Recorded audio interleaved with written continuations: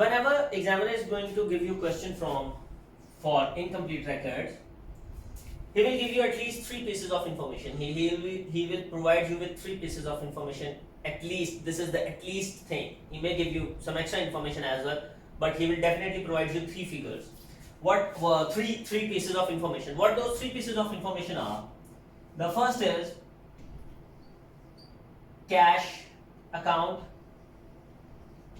He can either say summarized cash account, summarized bank account, cash or bank account, summarized bank statement or bank statement. He will definitely give you this piece of information. The other thing is opening balances, and the third one is closing balances. These are the 3 pieces of information which he will definitely give you, no matter whatever type of question is. This is the at least amount of information which he will provide you with. Now, in next question, we will be doing the same thing as we did in the last question, but this time the way of asking is that he will be giving you one total summed up figure. Rather, in the last question, what we did was we did so many individual figures and there were so many data, so many detailed data, but in this question, he has given you the summarized thing. Now, the question which we are going to do now is, it is of May 2016 P21 and P22. Question number 3. Question number 3. Aleph is a trader. This is the question.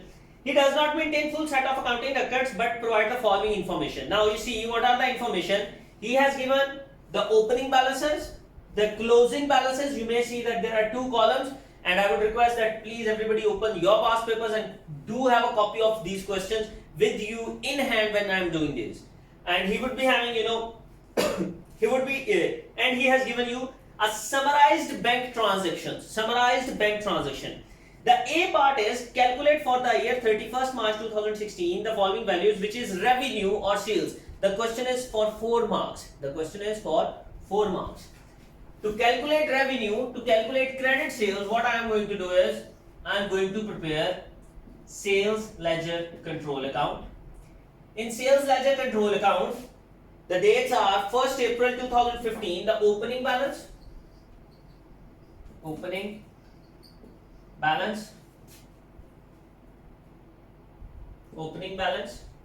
which is on the dated of 1st April, and the opening balance sale ledger control account, it deals with trade receivables. These are the balances, opening balances and closing balances. Please do give a good look onto your hard copy of the question which you are having. I hope you should be holding the hard copies in your hand. Now, the trade receivables opening balance is 17,600 and the closing balance is 30th April. The closing balance is 18,350. This is my closing balance. Just for the purpose of practice, after April we have March.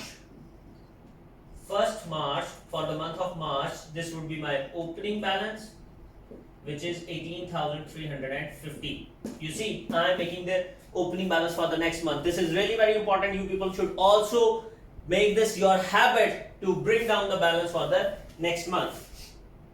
Okay, now the next integral figure is the money collected from trade receivables. You see, he has given you the summarized bank account statement. So what I am going to do is I am going to see the debit side and I am going to see what is the amount of cash collected from trade receivables, which is 32,000. It is mentioned over here, 32,000 on 30th April bank, and that's it. There is no other piece of information I am having. With no other piece of information, I am simply going to balance this and I am going to see the total values. I am going to see the total credit sales. Okay, now just balancing this, what do I have is I'll have this. What do I have is 50,350. 50,350. The total of this I am going to write on both sides, and then on 30th April, what do I have is it is 32,750. 32,750. This is my credit sales. Now the other thing is that this question was for the whole year, 1st April 2015, and my closing dates are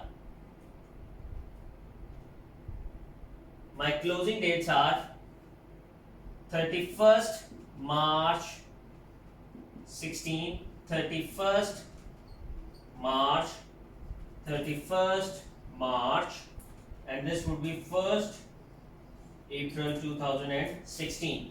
So you see, this is the credit sales. This is what? This is the credit sales. I am going to mention it as, how do we calculate the total sales? Total sales equals to credit sales plus cash sales. The credit sales are 32,750, and about cash sales, it is mentioned in the question, cash sales bank, those are 7,400 plus 7,400. And further the question says in part 2, he says all cash sales were banked on the date of receipt with the exception of the following, and they were paid out of the cash receipts: wages of 9,000 and drawings of 11,500. You see, these two expenses, they were paid through the cash sales, but they were paid before the depositing of the cash. So this 7,400 was deposit. This was 9,000. It was wages, but these wages were paid through cash sales. So I am going to add these. Whereas this 11,500 was drawing, and it was also done through the cash sales. So I have added this over here.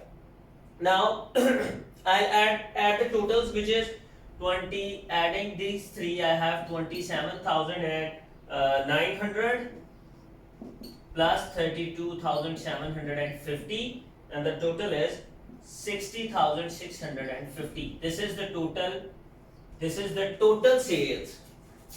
Now in the very same way, I am going to find the purchases,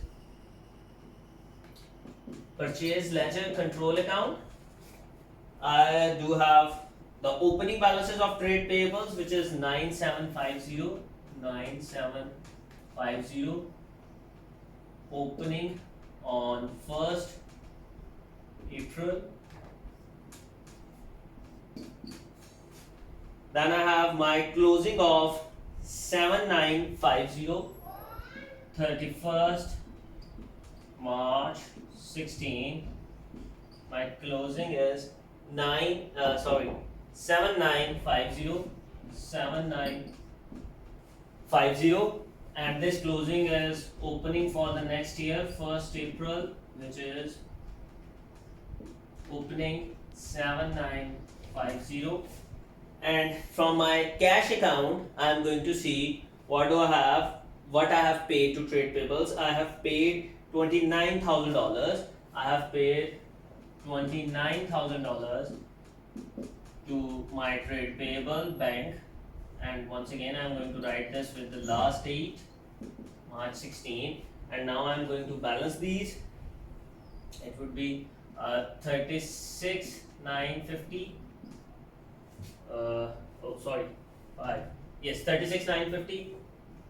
36,950, and when I subtract this, I better get it done. 27,200. The balancing figure is 27,200. First, this is 31st March. My balancing figure, which is credit purchases 27,200. This is how we calculate credit sales and credit purchases in incomplete records when we do not maintain full set of accounts